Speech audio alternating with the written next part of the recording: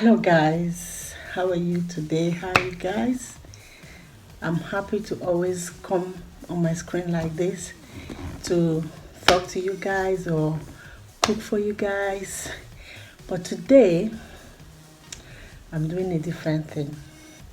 Today is a very happy day for me. Today is a day that um, each time I remember, I thank God for the journey. I want to talk about something that I'm not sure if people talk about.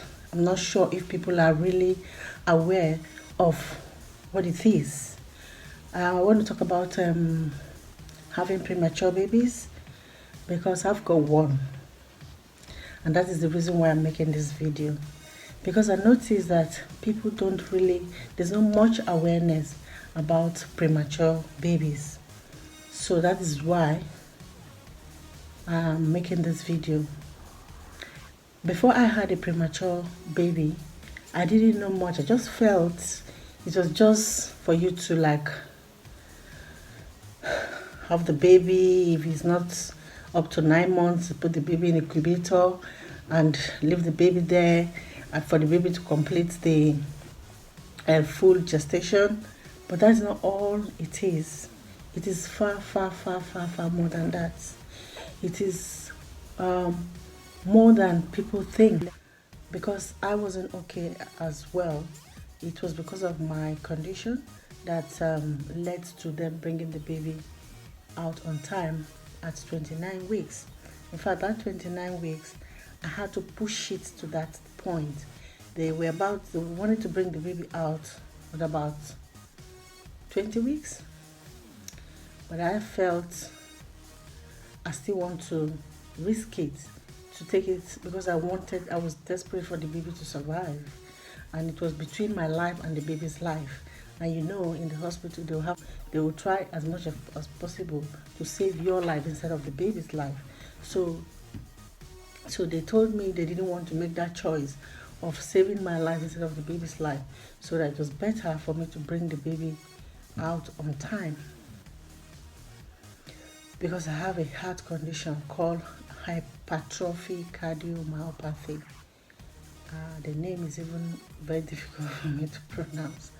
So I have this heart condition that led to them bringing out the baby on time, that my heart could not carry that pregnancy. In fact, the doctors were scared for my life. But you know, doctors, they wouldn't show it. But it was after the whole thing that they now told me that even they were afraid. So I had to make that decision of risking my life to save the babies. So I managed to carry the pregnancy till 29 weeks. And they said no, they can't continue again. I just have to bring the baby out. So the baby was brought out at 29 weeks. So this baby was brought out, it was weighing 1.2 kg. That's to tell you how small it is. I'm making this video to tell you guys what people go through having premature baby. The things that I never knew it was this tough. The sleepless nights, the fear of you coming back home every day and thinking about if you're going to get that phone call to say, oh sorry, your baby couldn't make it this night. Because the baby was so fragile that every day you pray and ask God to see him through every night. It wasn't an easy thing. It was something that we were going to the hospital every day. My baby was in the hospital for about over 2 months. He was brought out on the 30th of April, and his due date was July 16th. So he was brought out 3 months earlier. So You can imagine how tiny, and he wasn't growing even before that 29 weeks. He wasn't, because of the condition I had, the baby had stopped growing. So he was very tiny. Baby stopped growing. So I'm going to show you a short video of just a fraction of what happened, how the baby looked. It's not, I couldn't really get the video of how the baby was when he was first brought out. I lost those footage. It was tough for me, so my milk wasn't coming out at all. Every day I struggled to express. They said I should take pap, I took pap. They said I should take cassava soup, I did. I took everything that I was advised to take. So I was supposed to be given this medication to take, but I couldn't take it because of my heart condition. So I was really, really, really struggling to feed my baby. I was really struggling. So it wasn't an easy thing. But every day I tried to express every day, like 4 or 5 times a day. When it was 4 or 5 times, we're expressing every 2 hours. Sometimes 3 hours, every 2-3 hours, every 2-3 hours you go to express. So it was like something we do every day. We have a place where we go to express our milk every day. So what am I trying to say? People don't know what it is. You can imagine somebody, it is because they don't know. If they know what it takes for you to bring a child to the point of you even being able to take the baby out somewhere, that means you must have done a lot of work. Because I know the kind of comments I had when I came back home and I attended a program. I was center of attraction. People were looking at me because my baby was tiny. Some could not hold it back. They had to confront me and ask me, why is your baby so tiny? You can imagine somebody walking up to you and asking you why your baby is so tiny, not knowing what you have gone through to even get to that point of the person being able to even see that baby. They don't know the psychological, the physical, the trauma of you not knowing if your baby is going to survive. Of you as a mother giving birth to a child, you don't go to shop where they shop for children's baby clothes. Instead of shopping where they sell baby clothes, you shop where they sell clothes for toys. You shop where they sell clothes for toys. For example, you think you can get something like this. Your baby's heart. This is my baby's heart. This was his heart. This was his heart. Think you can get this size of baby's heart to buy where they sell baby stuff? Or do you think you can get something like this to buy? This is the box I kept. Just selected some. They gave me this in the hospital before you leave, like a souvenir. They give it to us. So all his stuff are here. All his stuff. This is his picture. One of his pictures, they gave it to me. There. So you think this is his jumper?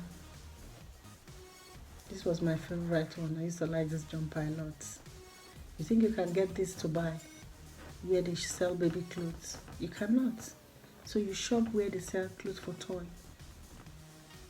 So do you know how emotional that is for you to go to shop for your baby where they sell clothes for toys? This is it. This is it. I used to love this one. This one is, you can see? This is my baby's heart. Now. So you can imagine the journey from this to this.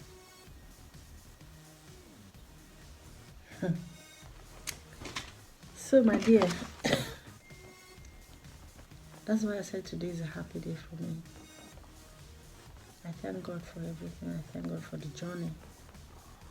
because I don't even know what to say. It wasn't an easy journey. It was a journey that every day you are in tears because you don't know if your baby can make it. In fact, when I go to the hospital, I say like the way the baby is being handled. But these are professionals handling it, but you as a mom, you're scared. The way they just carry the baby, you think it's going to like break into two because it's so tiny.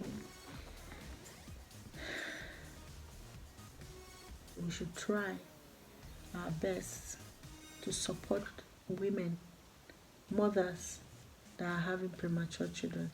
Some children didn't make it. I know a lot of my friends there every day. We have where we sit down to eat. You eat your breakfast there, you eat your lunch there, you eat your dinner there. Every day you go to the hospital. I mean, every day you go to the hospital for as long as your baby is going to be. Because you don't have choice. You have to go and, like somebody like me that my milk was not flowing, I have to go every day, every day.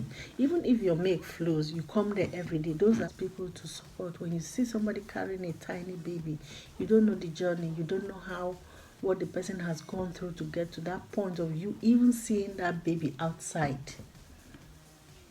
You don't know what the person has gone through. It's not an easy thing. It's not something that one can really sit down and talk about. It's a very emotional, traumatic journey. So please, people should try and show support to people that have premature babies, because it is not an easy journey. It's not an easy journey. But I'm happy that I'm telling this story today, because today my baby is 2 years old. You're going to see him in this video, how handsome he is now. So it is worth the journey. It is worth the stress. It is worth the struggle. It's worth everything. No matter what people say, put your hope, your trust in God. People might not be there to support you. People might say whatever they like. Nobody knows your journey. Like me, this was my last chance. If I had lost my son, God forbid, that would have been it. I would not have been able to have a child again in my life, because I was strongly warned that after this, if I survive it, I should just go for sterilization. Before this baby, I had 2 miscarriages. And I didn't even know I had a heart condition. I didn't know I had heart problem. I know I was feeling somehow, but I didn't know what it was. I didn't take it serious until this pregnancy. And so I was told that I cannot get pregnant again. And that was why I did everything. I put my life on the line to carry the baby till 29 weeks, sorry. Because if I had lost this one again, and I gave it all, I carry the baby every day. I go to bed not knowing if I will wake up, every day not knowing if I will make it to the next day. But I did it. I thank God. It's only God.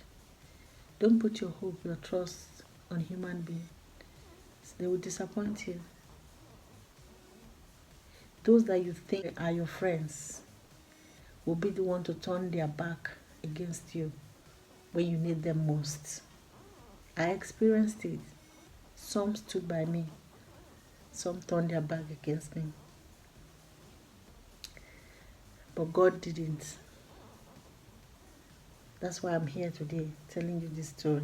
So no matter what you're going through in life, put your trust, your hope in God, not on human, not on your best friend. Only God can see you through.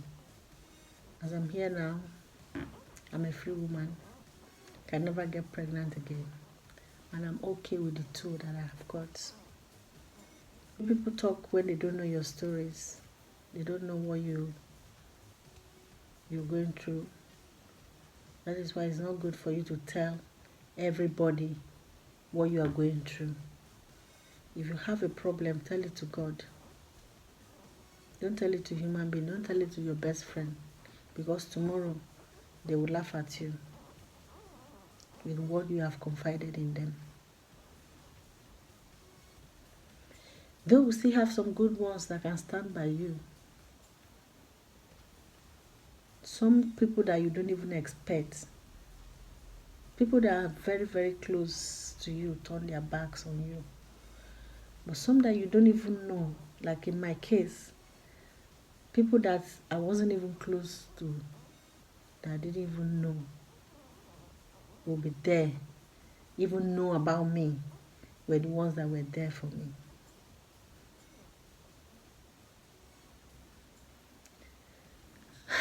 But I thank God for everything. I thank God for sitting down here today and telling you guys my story.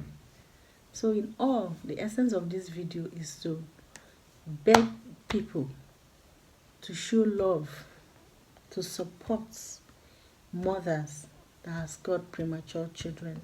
It is not an easy journey. Don't see somebody carrying a tiny baby and you look without moving your eyes there. Nobody loves carrying a tiny baby. I was proud of mine. I didn't care. Even when somebody approached me and said, "Why is my baby so tiny?" Well, I said, well, he's a premature baby. All babies are tiny when they are born. So please, support mothers that have got premature children. It is not an easy journey. Show love to them. Thank you guys. I'm going to end this video here today. Please watch my video. Show love to my baby. He's going to be 2. He's 2 years old.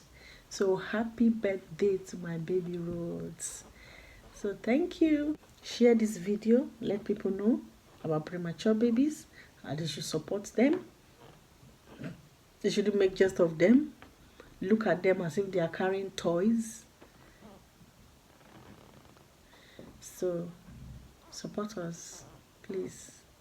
Premature babies are very strong children. You need to see my baby, how he runs up and down. In fact, he's even stronger than the elder brother.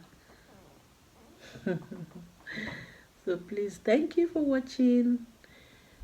Thank you for always trying to create awareness for premature babies and their mothers. Thank you. God bless you. Bye. Love you guys.